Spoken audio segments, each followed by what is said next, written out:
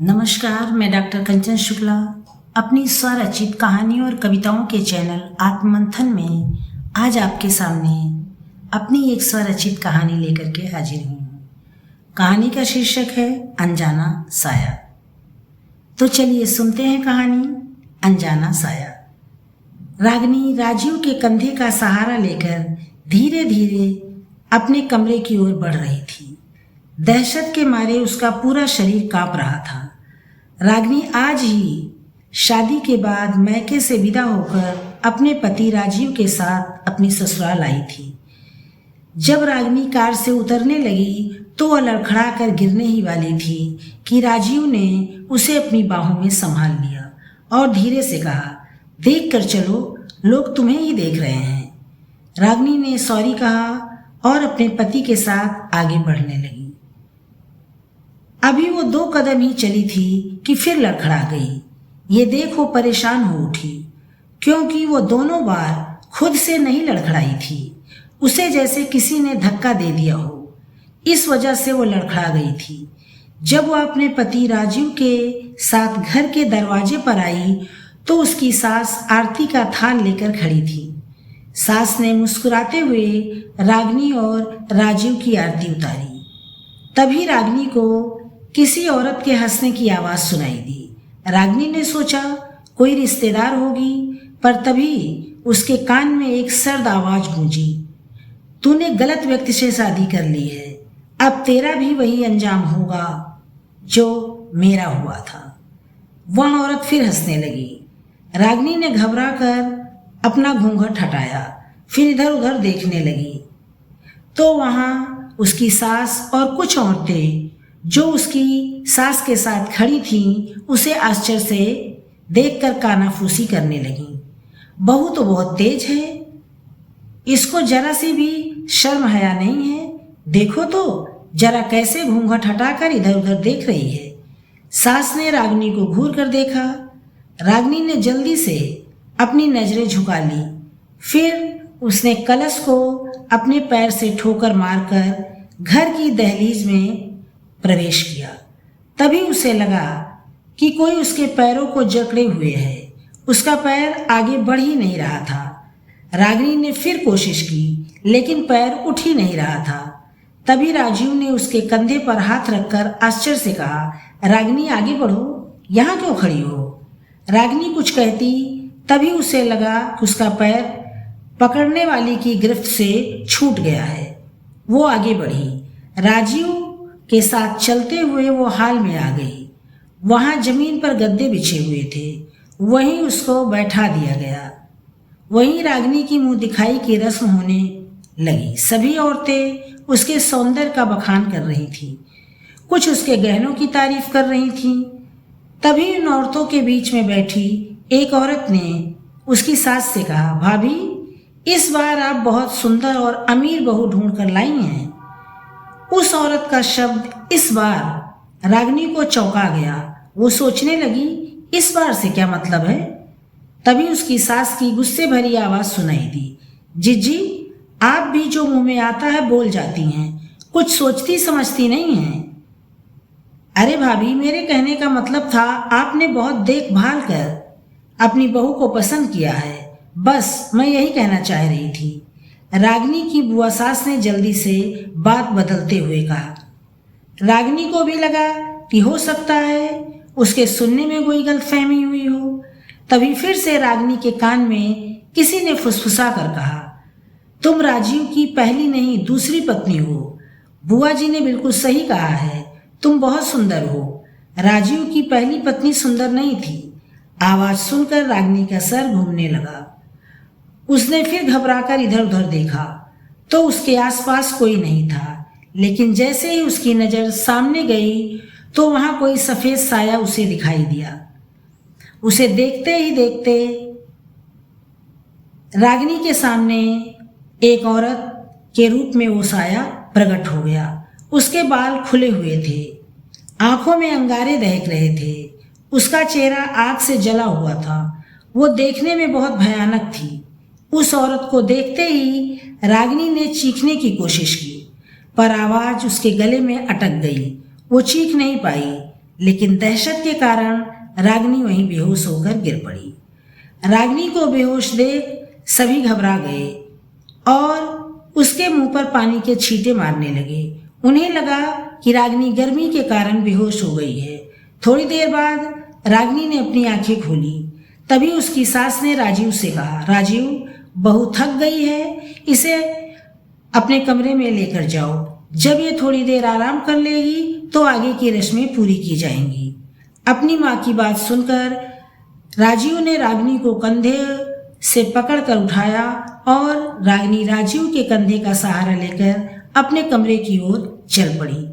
कमरे में पहुंचकर राजीव ने रागिनी को बिस्तर पर बिठाया, फिर बहुत प्यार से कहा, तुम थोड़ी देर आराम कर लो, मैं बाहर का काम देख लूं, शाम को रिसेप्शन है। इतना कहकर राजीव कमरे से बाहर चला गया। रागिनी राजीव से कुछ कहना चाहती थी पर कह नहीं सकी। वह कर्तव्य विमूढ़ होकर बिस्तर पर बैठी रही। तभी कमरे का दरवाजा अपने आप बंद हो गया। यह देख रागिनी की सिट्टी पिट्टी गुम हो गई। उसने घबराकर दरवाजे की ओर देखा तो वहां वही भयानक जले वाली औरत खड़ी दिखाई दी।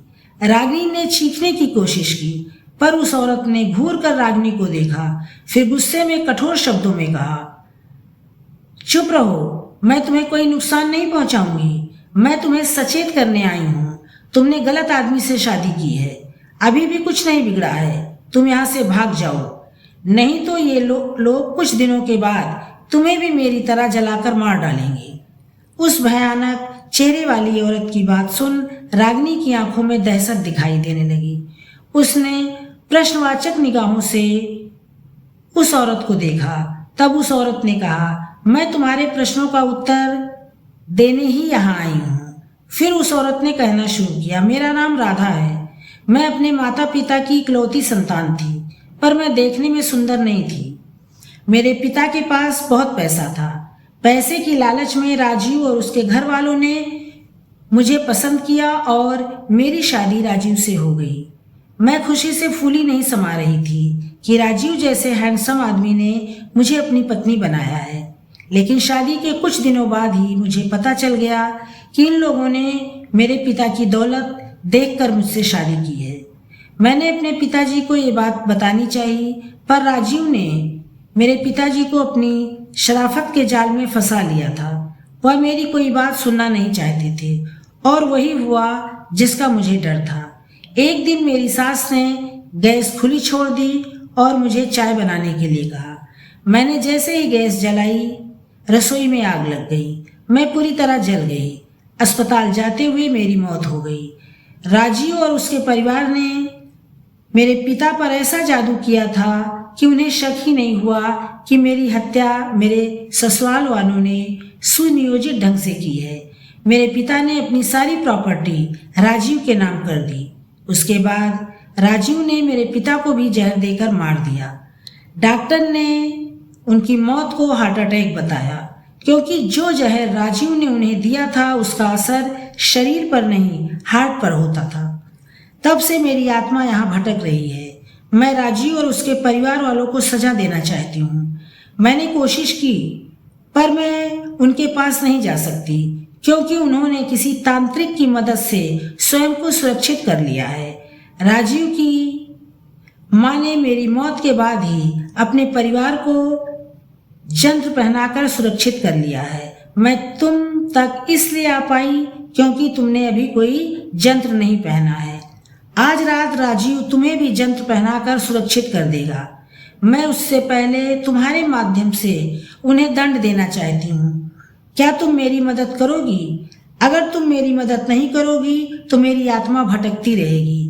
मैं चाहूँ तो इसी समय तुम्हें मार सकती हूँ, पर मैं ऐसा नहीं करूँगी क्योंकि तुम निर्दोष हो। मैं किसी निर्दोष को सजा नहीं दे सकती। राधा ने दर्द भरी आवाज में कहा, हाँ मैं मदद करूंगी। मेरी बात पर कौन विश्वास करेगा? मैं कैसी तुम्हारी मदद करूं? मैं जो कुछ जानती भी नहीं, और अगर तुम मुझे बताओगी तो ही मैं समझ पाऊंगी। मैं इस शहर की भी नहीं हूं। रागिनी ने धीरे से कहा, फिर भी मैं तुम्हारी मदद करने को तैयार हूं। तुम जैसा कहोगी मैं वैसा ही करूंगी। मैं राजीव के शरीर में प्रवेश करके उसके मुंह से उसका गुनाह कबूल करवाना चाहती हूँ। तुम सिर्फ राजीव के गले में पड़े यंत्र को किसी तरह निकालकर फेंक दो। उसके बाद मैं राजीव के शरीर में प्रवेश करके उससे ही उसका किया गुनाह सबके सामने लेकर आऊंगी। राधा ने आशा भरी नजरों से रागिनी को देखते हुए कहा। तब रागिनी ने राधा से वादा किया कि वो हर कदम पर उसका साथ देगी। रात को जब राजीव कमरे में आया तो रागिनी अपनी योजना तैयार करके बैठी थी।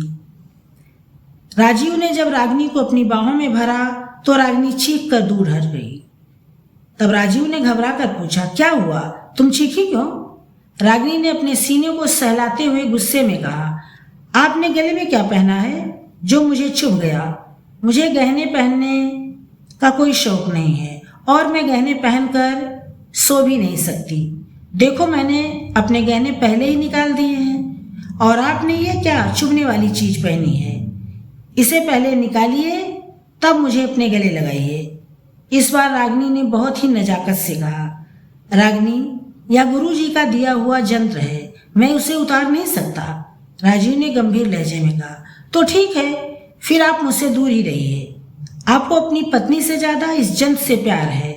वैसे मैं तो सिर्फ रात में निकालने की बात कर रही थी और आप ऐसे नाराज हो रहे हैं जैसे मैंने कोई बहुत बड़ी दौलत मांग ली हो। रागिनी ने भी गुस्से में जवाब दिया। राजीव ने कुछ सोचा, फिर अपने गले से यंत्र निकालकर टेबल पर रख दिया। फिर रागिनी के पास आकर मुस्कुराते हुए बोला, अब तो खुश हो? इतना कहकर राजीव ने रागिनी को अपने सीने से लगा लिया। रागिनी भी राजीव से लिपट गई और अपना एक हाथ बढ़ाकर यंत्र नीचे गिरा दिया। उसी समय राधा की आत्मा राजीव के शरीर में प्रवेश कर गई। राधा की आत्मा ने जैसे ही राजीव के शरीर में प्रवेश किया, उसने जोर जोर से चिल्लाना शुरू कर दिया। उसके चिल्लाने की आवाज सुनकर घर के सभी लोग कमरे के बाहर इकट्ठे हो गए और दरवाजा पीटने लगे। रागिनी ने आगे बढ़कर दरवाजा खोल दिया और डरने का अभिनय करते हुए अपनी सास से लिपटकर रोने लगी। तभी राधा की आत्मा ने राजीव के शरीर को हवा में उछाल दिया। वो सीधा जमीन पर आकर गिरा। अपने बेटे की हालत देखकर राजीव की मां डरकर रोने लगी। तभी राधा की आत्मा जो राजीव के शरीर में थी आगे बढ़ी और अपनी सास को एक जोरदार थप्पड़ लगाया। रागिनी की सास की आंखों के सामने तारे नजर आने लगे। फिर राधा की आत्मा जोर जोर से रोने लगी। घर में आए सभी मेहमान यह सब देखकर घबरा गए। उन्हें समझ नहीं आ रहा था कि ये सब क्या हो रहा है। तभी राधा की आत्मा ने नफरत से कहा, अपने बेटे की तकलीफ देखी नहीं जा रही है सासू माँ? जब आप लोगों ने मुझे जिंदा जलाया था तब तो आपको कोई तकलीफ नहीं हुई थी, तब तो आप दूर खड़ी तमाशा देख रही थी। अब मैं आपके बेटे को जिंदा जलाऊंगी, तब आपको पता चलेगा कि बेटे की मौत का दर्द क्या होता है। जैसे मेरे पापा मेरी याद में तड़पते रहे और आप लोगों ने उन्हें भी जहर देकर मार दिया, उनकी हत्या को हार्ट अटैक का नाम दे दिया। अब मैं तुम्हारे पूरे परिवार को मार डालूंगी। राजीव के शरीर में प्रवेश की हुई राधा की आत्मा चिल्ला चिल्ला कर कह रही थी। वहां खड़े सभी लोग आश्चर्यचकित होकर राजीव को देखने लगे। तभी राजीव का शरीर छत पर उल्टा लटक गया। रागिनी की सास ये सब देखकर डरकर कांप रही थी।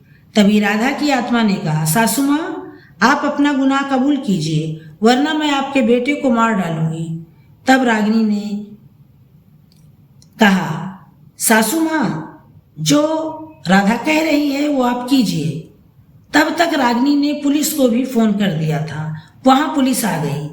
अपने बेटे को राधा की आत्मा से बचाने के लिए वहीं पुलिस के सामने रागिनी की सास ने अपना और राजीव का गुनाह कबूल किया। उसने पुलिस को बताया कि उन्होंने दौलत के लालच में राधा को जिंदा जलाया था और उसके पिता को जहर दिया था। पुलिस ने माँ बेटे को हथकड़ी लगा दी। तब राधा की आत्मा राजीव के शरीर से बाहर निकल आई। तब वहां खड़े सभी ने उस भयानक जली हुई राधा की आत्मा को देखा। राधा की आत्मा सामने खड़ी थी। उसने रागिनी को धन्यवाद देते हुए दर्द भरी आवाज में कहा, रागिनी बहन, आज तुम्हारे कारण मैं अपने गुनहगारों को सजा दिलवाने में सफल हुई, वरना ना जाने कब तक मैं इसी घर में भटकती रहती। आज मुझे मुक्ति मिल गई है। इतना कहकर वो आत्मा वहां से चली गई। वहां खड़े सभी आश्चर्यचकित होकर उसे जाते हुए देखते रहे। तब पुलिस इंस्पेक्टर ने व्यंग्यात्मक मुस्कुराहट के साथ राजीव से कहा, चलिए मिस्टर राजीव, अपने असली घर। आपने चाल तो बहुत अच्छी चली थी, पर आप शायद ये भूल गए, गुनाह की सजा मिलकर ही रहती है।